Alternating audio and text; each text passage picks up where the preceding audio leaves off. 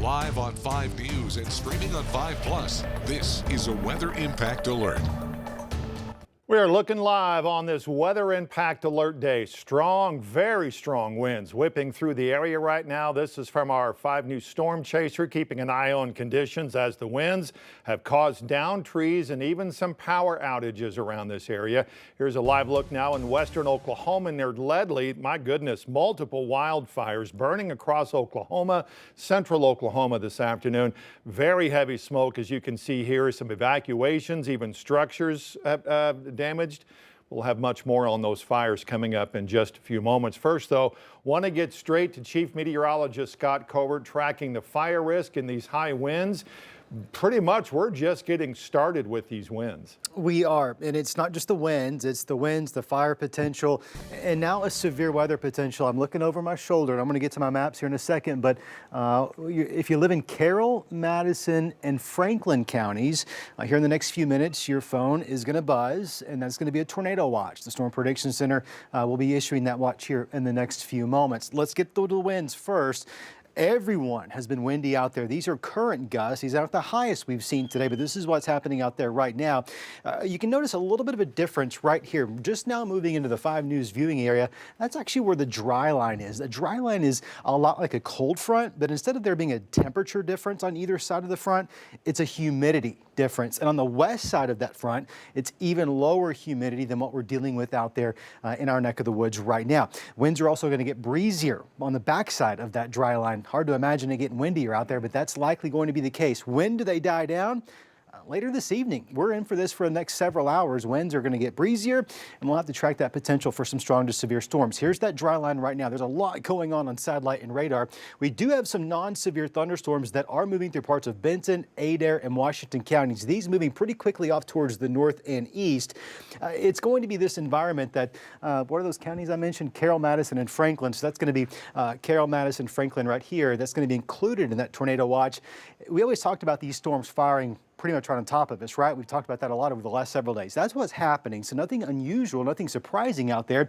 We also knew it was further east you get, where those more favorable ingredients would be to support the potential for some severe weather. So everything's really right on track. Now, there's some other things happening out there right now. That could be that watch. Yep, that's that watch coming out, and I'll show you on my map here in a second. A closer look into Benton and Washington counties. One of the things that is concerning when I look at the radar here, it's not necessarily that the storms are severe. They're strong. You could have some penny-sized hail and some gusty winds, but it's the lightning. It's not going to take much. We know how dry it is out there. We don't want any of these lightning strikes to spark a fire. The uptick of these thunderstorms, unfortunately, does pose that potential for us. We got to watch that. Dry line extends further back off towards the southwest, and we've got to watch this dry line to see some additional development.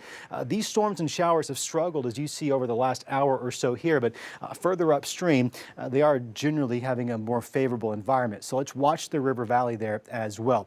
Here's the severe zones, level 1 potential. So we're not looking at significant severe weather potential here. It's once you get a little bit further towards the east that things begin to change. Watches haven't populated yet. I can see it scrolling on the bottom of the newscast. Of course, it's going to be those counties, and that's going to be in effect. I suspect it's going to come over here any second until 11 o'clock tonight. This map will populate here real soon as the Weather Service gets us that data. Red flag warning in effect for everybody.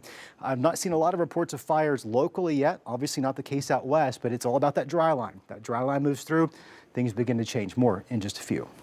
All right, Scott, thanks. The winds causing a number of power outages across the area tonight. Right now in Washington County, more than 600 are without power. Benton County, just about 50 people have lost power. In Sebastian County, more than 300 customers are without power this afternoon. Now, the whipping winds making it hard on drivers as well. Joshua Weisel is in our 5 News Storm Chaser, and it must be difficult driving out there right now.